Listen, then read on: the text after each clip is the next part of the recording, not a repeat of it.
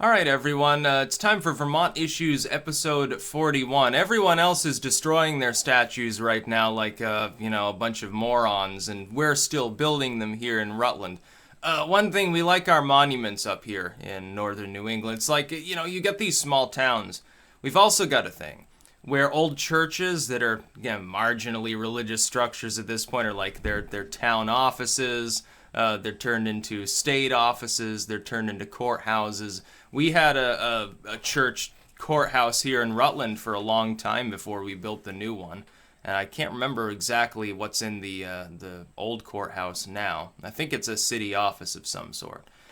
So we like our historical structures, I think, more than some communities. And anyone coming up here telling us to remove a statue or a bust is gonna, they're gonna get their ass kicked back to their homeland. So we're actually creating a bunch of marble structures, statues and so forth here in Rutland to commemorate the sort of progression of Rutland as a city. We were a big marble city. Back we're talking 100 years ago, stone mining was the basis of the local economy. We still pump out a huge amount of material related to stone. And a lot of the people that built the city from the ground up were stonemasons and miners, really. There was a huge presence of individuals that actually came from Italy to work in the stone mines. And there's a huge Catholic church right near the middle of the city, actually, just a little bit east of what's now the downtown. A big old Catholic church, solid marble. It's actually a very amazing looking structure. It's not like an enormous cathedral, but by Vermont standards, fairly large, very ornate. I believe it's physically connected to the Christ the King school, actually, a Catholic sort of religious school. Think what you will about religious education, maybe. But it's a nice structure. It's beautiful. It's also got this big ass oak door on the front. It looks like a miniaturized castle of sorts, actually. So there's a lot of marble here. Some of the curbs are marble.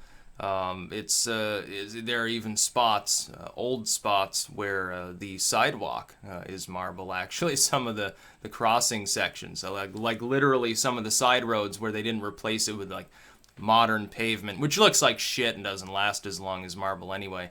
That's marble. You look around the city, and you'll see, in some cases, older structures. The front stairs are underlain by marble.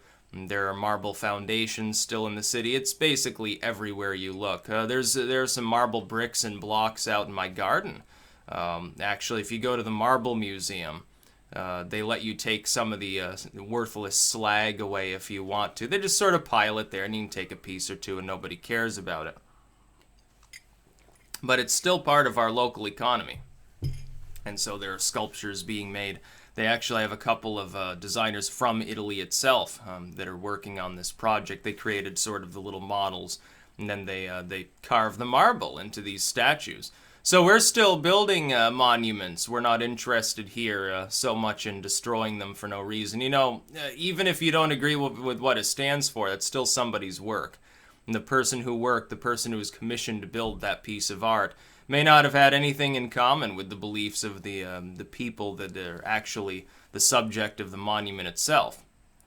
Something to keep in mind. But yeah, it's pretty. We've got a number of fairly nice parks in the city of Rutland, and they're going to have some more sculptures in them, and it's going to be great. And I'm sure someday in the future, someone will say, oh yeah, this memorializes like immigrant mine slave labor. We need to take these statues down. Ooh, the oppression or something. Bullshit, basically. That's about all. Peace out.